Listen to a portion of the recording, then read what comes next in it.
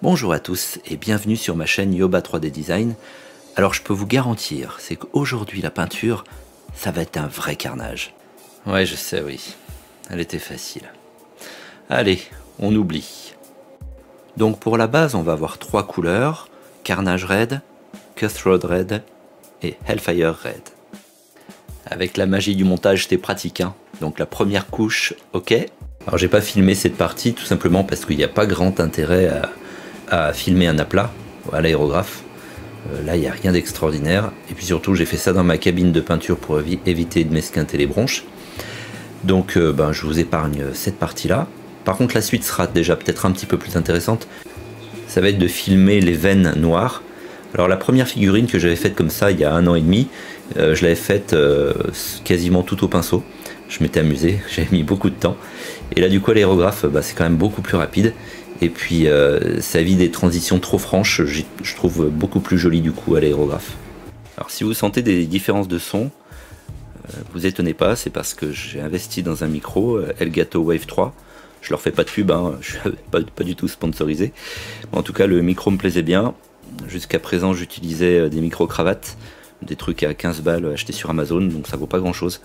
Là j'ai investi un petit peu et le son a l'air d'être quand même de bien meilleure qualité, et d'après tout ce que j'ai appris sur les tutos concernant les vidéos, le son est vraiment quelque chose de très important. Donc je vais m'efforcer de vous apporter une bonne qualité de son à chaque vidéo maintenant.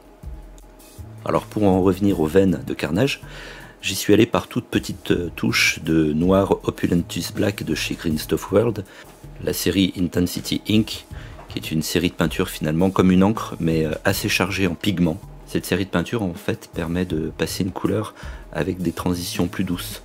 Alors que si on prend une peinture opaque classique, en fait on aura des transitions beaucoup plus franches, donc ça va faire quelque chose de moins doux, moins naturel. Et du coup avec cette série d'encre d'intensité, ça permet en même temps de créer des ombrages et l'application de la couleur en elle-même. Ok, alors la suite sera passée en accéléré, pas trop d'intérêt de vous montrer cette partie là dans le détail. Je pense que vous avez compris le principe. On peut peut-être s'attarder sur 2-3 petites choses importantes, je pense. C'est toute la partie préparation de la figurine. Alors il faut savoir que toutes les impressions 3D en résine nécessitent la pose de support, parce qu'on ne peut pas imprimer un fichier dans le vide, sauf dans certains cas. Alors ça peut paraître logique pour certains, mais pour quelqu'un de non initié à l'impression 3D, c'est quelque chose d'un petit peu abstrait. Donc les supports créent des marques sur le modèle, et ces marques, il était impératif à mon sens de les supprimer en les ponçant avec du papier de verre ou une petite lime, parce que sinon ça se voit, c'est très moche. Alors on peut décider de coller les pièces ensemble avant peinture, ou alors d'apprêter et de peindre les pièces d'une façon dissociée les unes des autres, tout dépend du modèle bien sûr. Là pour Carnage, j'ai tout fait d'un seul bloc, on va dire. Alors ça a été imprimé en 4 ou 5 parties, d'après si ma mémoire est bonne. Donc il y a le buste, il y a les 2 jambes séparées, les 2 bras, la tête. Donc ce qui fait bien 1, 2, 3, 4, 5, 6 pièces au total. Donc tout ce petit monde a été collé, puis apprêté. Et une fois que j'ai posé l'après, j'ai pu voir tout ce qui restait comme petites traces de support qui n'avaient pas été poncées correctement. En fait, l'après fait ressortir tous les défauts. Donc c'est une des raisons pour laquelle il est important de bien passer l'après avant de passer la peinture, afin de faire ressortir les défauts et éventuellement de corriger en repassant un petit coup de papier de verre là où il reste des supports. Et puis surtout en même temps, ça permet à l'après de créer une couche d'accroche pour la peinture. Donc c'est vraiment quelque chose d'impératif.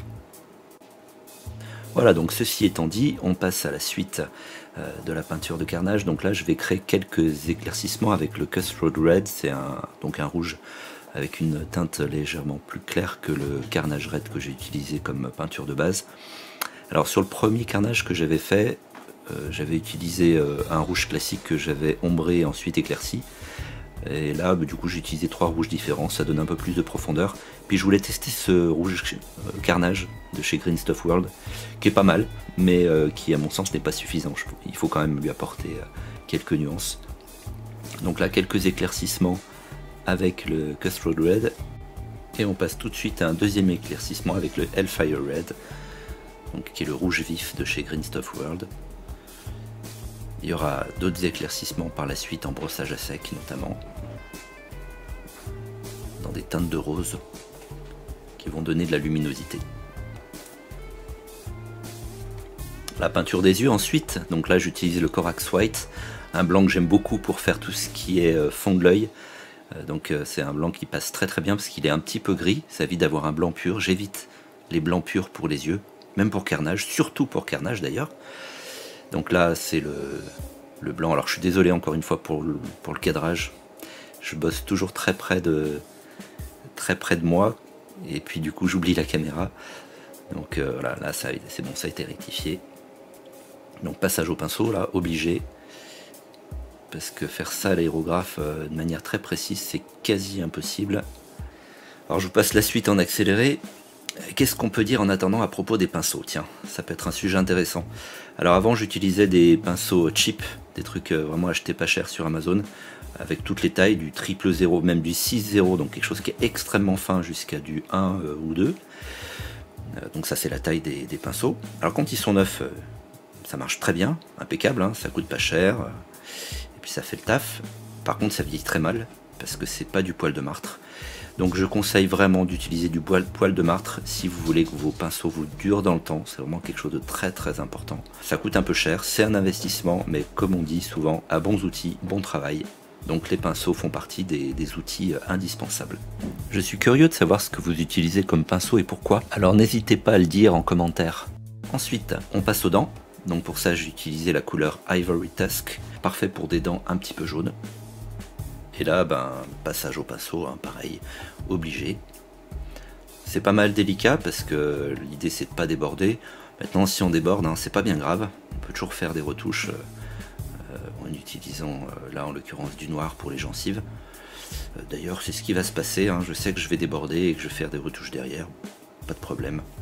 Allez, je vous passe ça en accéléré. Alors j'utilise comme référence de pinceau la marque Artis Opus. C'est une marque anglaise. J'aime beaucoup ces pinceaux, ils sont vraiment très sympas à utiliser. Un petit peu cher peut-être pour ce que c'est. Faut compter environ entre 15 et 20 euros le pinceau. C'est vrai que c'est pas donné, mais c'est agréable de travailler avec du bon matériel. Donc là les ongles ensuite sont peints dans la même teinte que les dents. Encore une fois, le cadrage pas toujours au top. Je pense que sur les prochaines vidéos, je vais peut-être élargir un petit peu le plan. Mettre la caméra, enfin le téléphone en l'occurrence, plus haut. Ça me permettra d'avoir un plan un petit peu plus large. Alors on verra un petit peu le bazar qu'il y a autour du plan de travail, mais bon, c'est pas bien grave. Le plus important finalement, c'est que la vidéo soit agréable à regarder, n'est-ce pas? Alors ensuite, je vais procéder à plusieurs éclaircissements en brossage à sec. Donc là, j'ai utilisé un rouge éclairci avec du blanc, donc du rose hein, tout simplement. Donc je passe ça sur les différentes parties qui sont censées être à la lumière. Donc avec un pinceau spécialement pour le brossage à sec, on appelle ça les dry brush. Celui-ci j'ai acheté chez Green Stuff World, en taille numéro 3. Donc ça va bien pour les petites surfaces comme ça, c'est impeccable.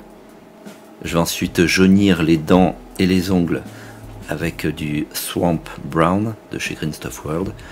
Donc là j'y vais de manière très très légère sur le haut des dents, enfin entre la gencive et la dent, à l'aérographe. Alors sur le carnage que j'avais fait il y a 1 an et demi, ces petits détails là j'avais fait au pinceau. Et c'est vrai que ça rend quand même beaucoup mieux à l'aérographe, là je m'en rends compte. D'ailleurs la figurine à l'époque j'avais fait quasiment tout au pinceau. Hein. J'avais utilisé un peu l'aérographe mais pas trop. Et on gagne un temps avec l'aérographe, c'est quand même incroyable. Alors ensuite, je vais peindre l'intérieur de la bouche avec la référence de chez Citadel, Blood for the Blood God. Donc c'est un rouge sang, brillant d'ailleurs, qui imite très bien donc le sang, non coagulé, parce qu'il est quand même relativement clair. Parce que quand le sang est coagulé, il devient presque noir, donc là il reste quand même assez vif.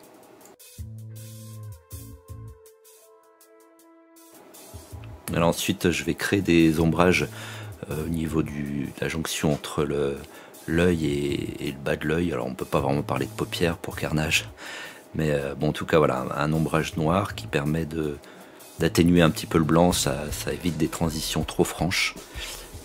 J'y trouve du coup un petit peu plus joli comme ça. J'avais fait la même chose sur Venom, et du coup ça passait bien.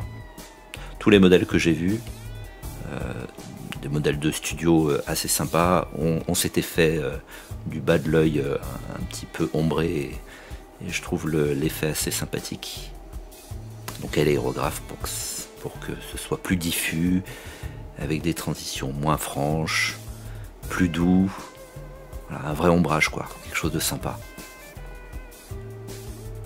Alors je vais m'arrêter là pour cette partie de la vidéo. La prochaine, je vous montrerai la peinture du socle. Merci d'avoir regardé cette vidéo. Si elle vous a plu, abonnez-vous, lâchez un pouce bleu, ça fait toujours plaisir. Et bonne peinture à tous!